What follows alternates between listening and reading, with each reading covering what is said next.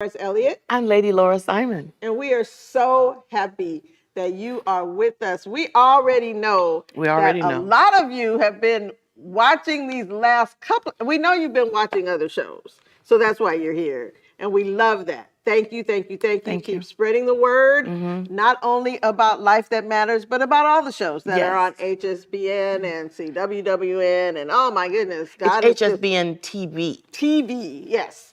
CWWN is the Christian Women's Word Network. Yes.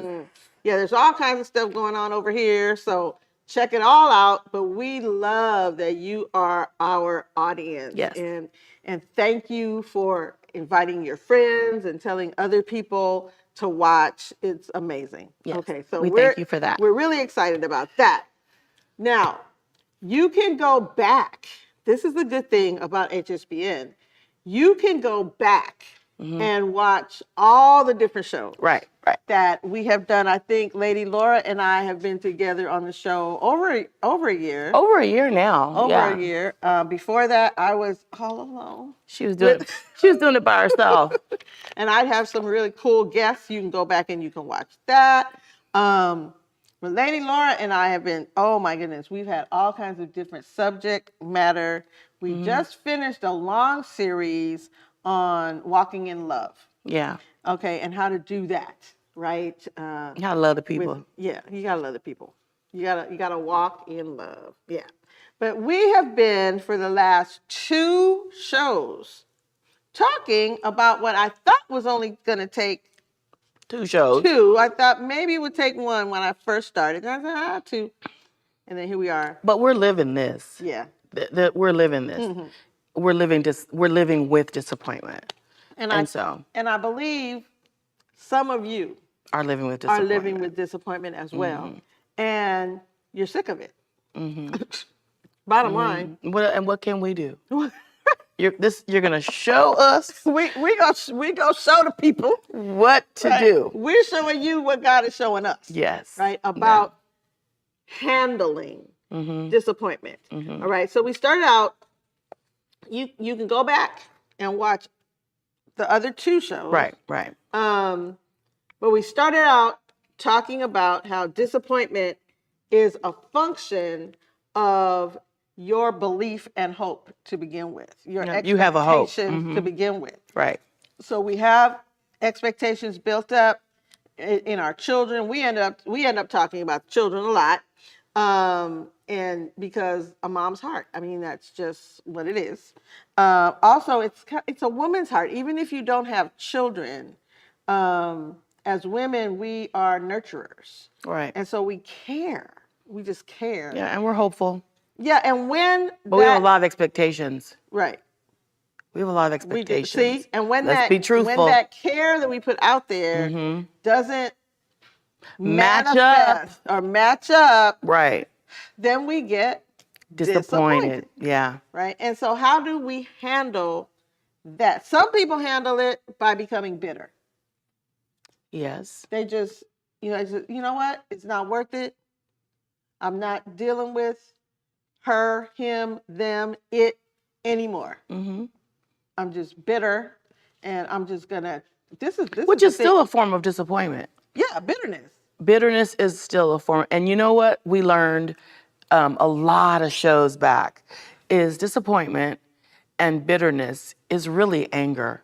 Disappointment, we did that definition, is a form of anger. Yeah. You're really angry. You're really angry. So I have some disappointment. I don't know about you. I'm just going to be honest with you and all of you. And all of you. Disappointment.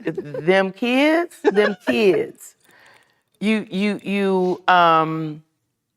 The other day, and I always do like a little segue, but the other day I'm in this pastor's wives group. And we're not alone, Sharon. No. When you start talking about what's going on in your life, because I'm a Peter, and then you think that you're alone, because that's what the devil wants you to be, feel like you're isolated, you're on an island and no one else is going through that. Yeah. You start talking about your kids or your life or what you expected and what you didn't get. Yes. Then there's 45 of us and the whole room was like, my son, my daughter. Yes. It happens, and it happens to me all the time. It's like wow. When I'm at conferences, we're talking about my newest book, Didn't See That Coming, when how they're living is not how you raise them. I was just at a writers' conference talking with people about their books, and the conversation turned, to mention children or what have you. And I mentioned the title of this book and tears, because they're not living. And wait, what? They're not living. The core, children are a blessing from the Lord.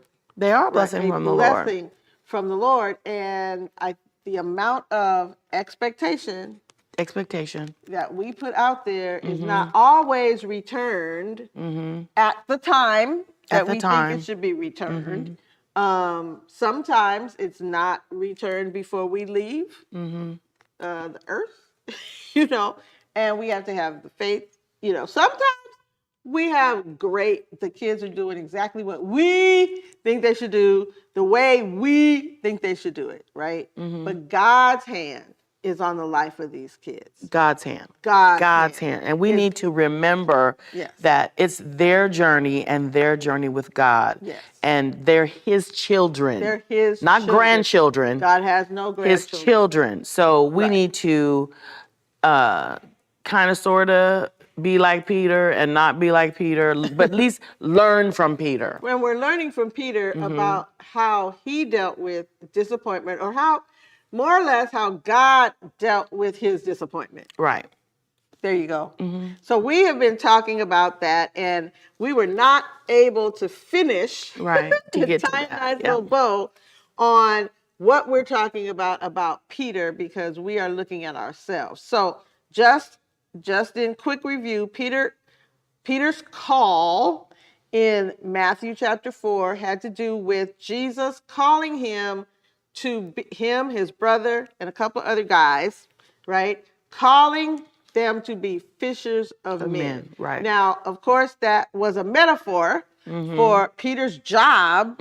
His physical job was to fish. And when you fish, right, you catch something and you bring it in and you do whatever you need to do with it. Well, Jesus used that as a metaphor for Peter to say, look, I'm going to give you the tools to catch people and bring them into the kingdom of God. That's what that means, to be fishers of men, right? Okay, so Peter was all over it. He was gung-ho. Right. And he was excited. He was excited. He was ready for the first part. Right. All of the disciples. He was a great preacher. He was. On fire for the Lord. All of the disciples were just excited. They were. And they went through the 3.5 years with Jesus, learning how to be fishers of men. Right. So. Right. But then the great influencer, Mr. Instagram, he fell. So Peter, from the call, he had a fall. He had a fall. Right. And his fall happened when Jesus was arrested. And Peter just denied even knowing Jesus to the point of cursing people out to say he didn't know Jesus. And Jesus had already said, this is what you're going to do. He did it. The sign was, before the rooster crows 3 times, you're going to deny you're going to deny me 3 times. And he did. He did. He did. So he's now fallen. Now he's fallen miserably. Right. And here we are. Right. We fall. Oh, I'm all disappointed myself. I'm all disappointed. So we got to, on the last program, we got to where we were talking about after the fall, he didn't just spring back up. No. And that's where we were talking about us. That's where we got kind of not stuck, but that's where I was. That's where we stalled. That's where we stalled. We stalled because what did Peter say? He said, I'm going fishing. And then what did he do when he went fishing? He took friends with him. There you go. That's what we do. We take folks with us. We don't go by ourselves. It's our stall. Because I need people telling me, it's okay. It's okay. We know. It's okay. It's okay. You gotta, it's okay. It's okay.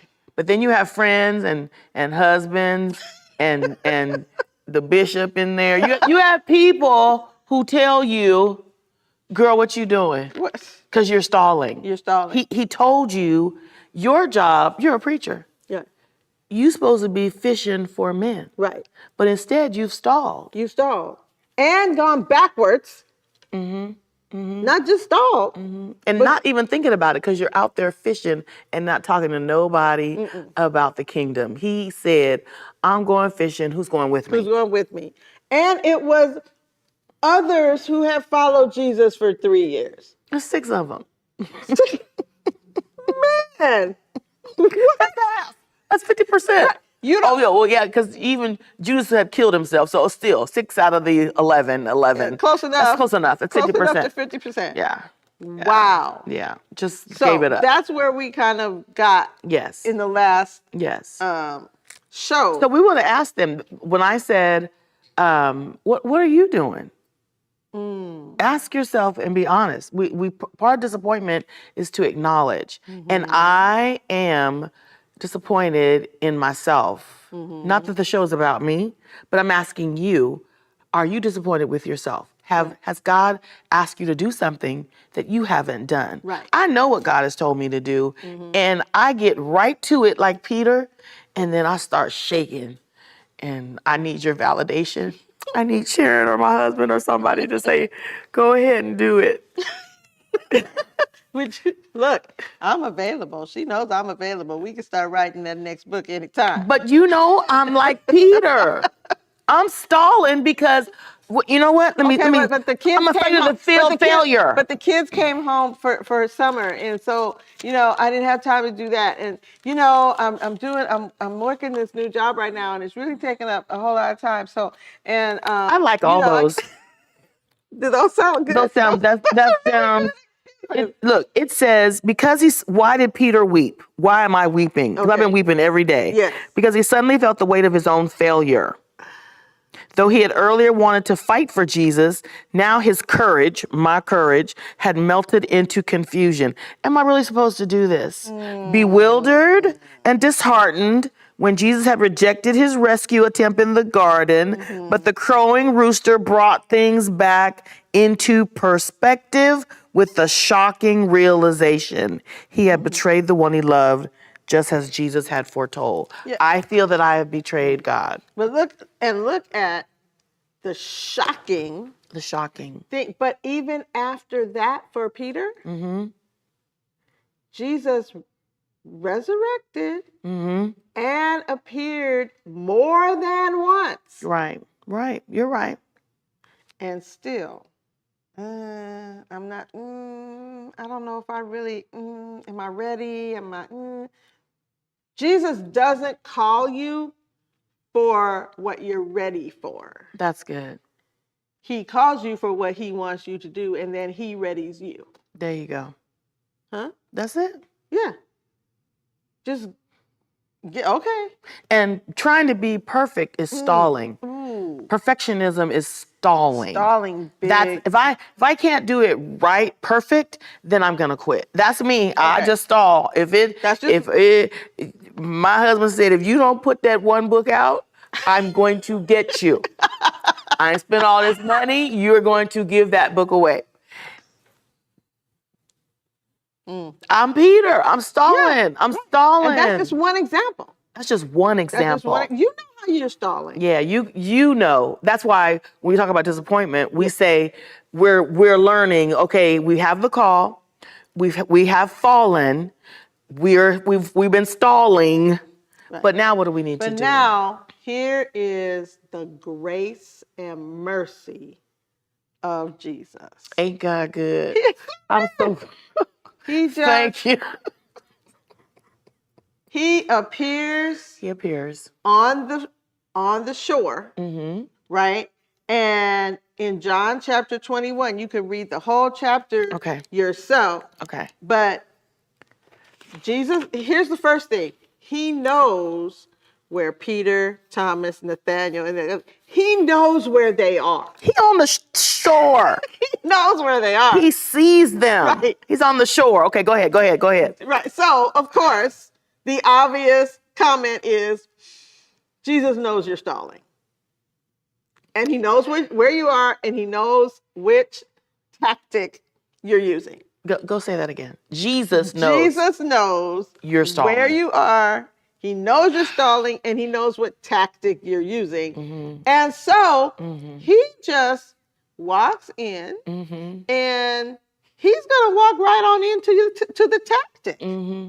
So Jesus is on the shore, and he says to them, on the shore, children, have you had any food? And they say, no. See, but they still don't know it's him. Jesus is standing on the shore, verse 4, yet the disciples did not know that it was Jesus. So he calls out to them, hey, guys, you hungry?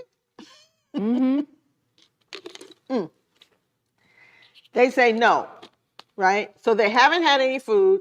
They haven't caught anything. They've gone back to doing what they were professionals at doing, and it's failing. But look, 6 and 7, please.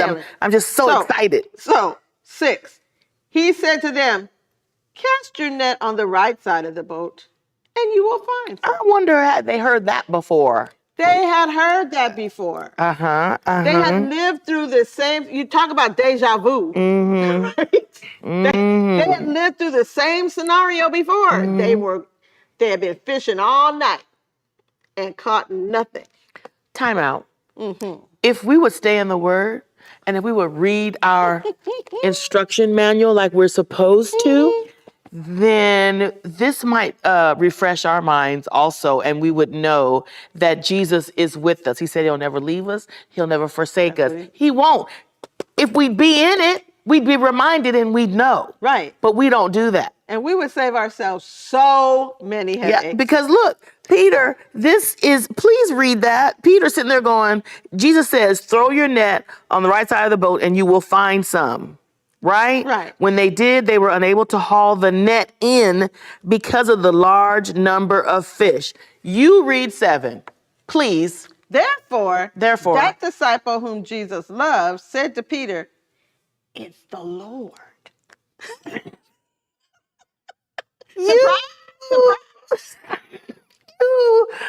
It is not politically correct, but I'm sure, I know Jesus didn't say this. I know he didn't. Just put it on me. But you big dummy.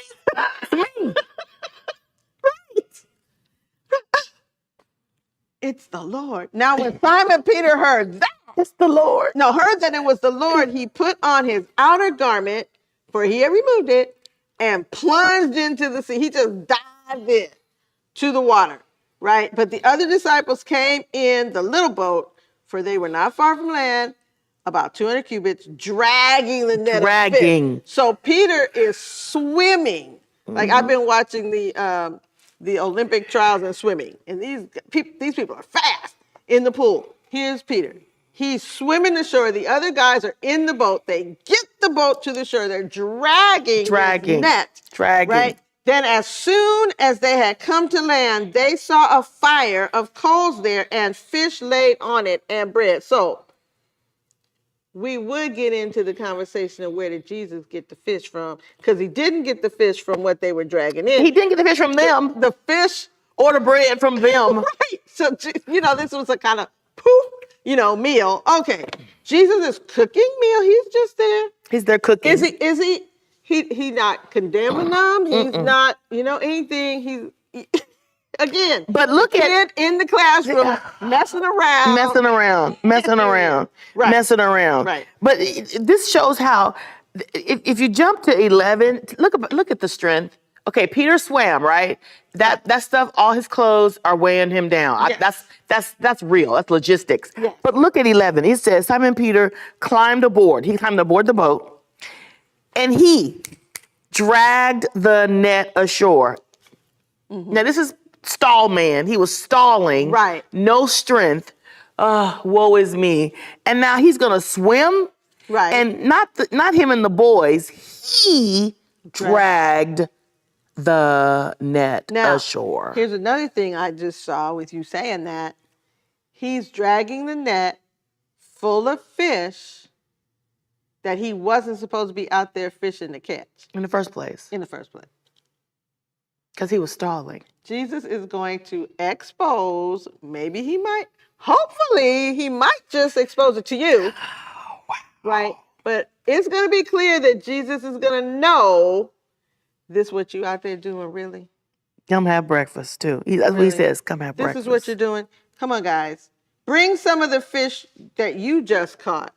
Like implication, I'll cook some of that. Yeah, I'll cook some of that, too. Because you've already got the stuff. Because he's already got, right? He has fish and bread already on the fire. Right. And then come and eat breakfast. Yeah. Now, verse 12, come and eat breakfast. Yet none of the disciples dared ask him, who are you? Knowing that it was the Lord. These guys, I mean, come on. They already said while they were out, it's the Lord. So, they're not, who are you? Come on. All right.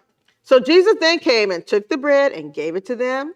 And likewise the fish. I bet he broke it like he did at the Last Supper. I was thinking that. Broke it like the Last Supper. Broke it like he did with the 5,000. Just let me break.